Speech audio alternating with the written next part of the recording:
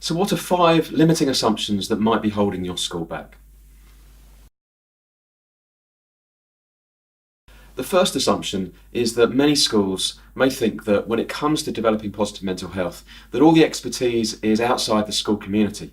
Now, whilst there are individuals and organisations which of course can be a resource and a help to schools, our experience is that often schools underestimate the level of resources, of life experience, of intelligence and solutions which already exist within their students and staff.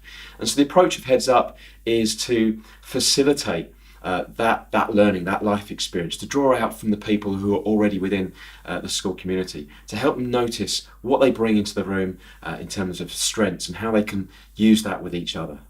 So it may be that schools need less external expertise than they think. The second assumption when we're thinking about mental health is that we can start thinking in terms of what's wrong with people that needs fixing, as if we're machines. Listen to our language. We talk about needing to switch off, or having a screw loose, or the cogs not turning, or having a breakdown.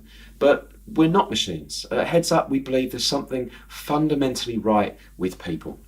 And so when we pay more attention to people's natural and learned strengths, that helps people tap into their own talents and the contribution they uniquely bring to the organisation. And that itself helps solve some of the issues around stress and anxiety and low mood.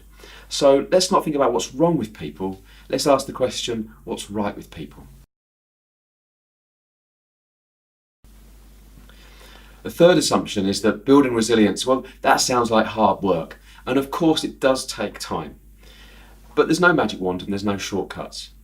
However, building resilience sometimes is just about having a conversation with someone independent, outside of the situation, who can help present a different perspective, help somebody tap into their own life experience, and a bit like turning a sail into the wind. That slight change of perspective, a new idea, can release an enormous amount of energy and fresh enthusiasm and motivation, and that has a knock-on effect in terms of engagement and performance. The fourth assumption is that health and education are two entirely different things. But actually, think about how we're put together as people. When somebody is in a relaxed state, a calm state, for example, a student in a classroom, they're more likely to learn quickly and effectively and think creatively.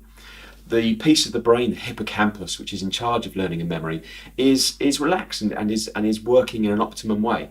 However, when someone is stressed or anxious, the hippocampus it gets restricted. It starts to get a lot tighter, and therefore somebody isn't able to learn as easily or as efficiently. Think about the phrases that we use. Someone's doing my head in, or I can't think straight, and those are very accurate phrases. So health and learning, health and education are, when it comes to people, are entwined. And the last assumption is perhaps the biggest, which is there's not enough time and money to do this. In our experience is that schools will sometimes be spending a lot of money on the problem, and that's the problem because they're spending money on the problem. Think about the costs of covering staff absence, the loss of Wave 1 teaching time, the amount of time that it takes to resolve conflict and just tangled dynamics between people, teachers and students, for example. All of that is expensive in time, it's expensive in money, just again and again trying to firefight the problem.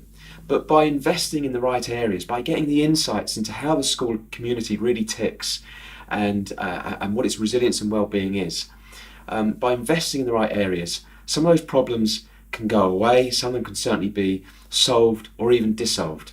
So the work of Heads Up is about investing in the school community that saves time, saves money, reduces stress and improves outcomes.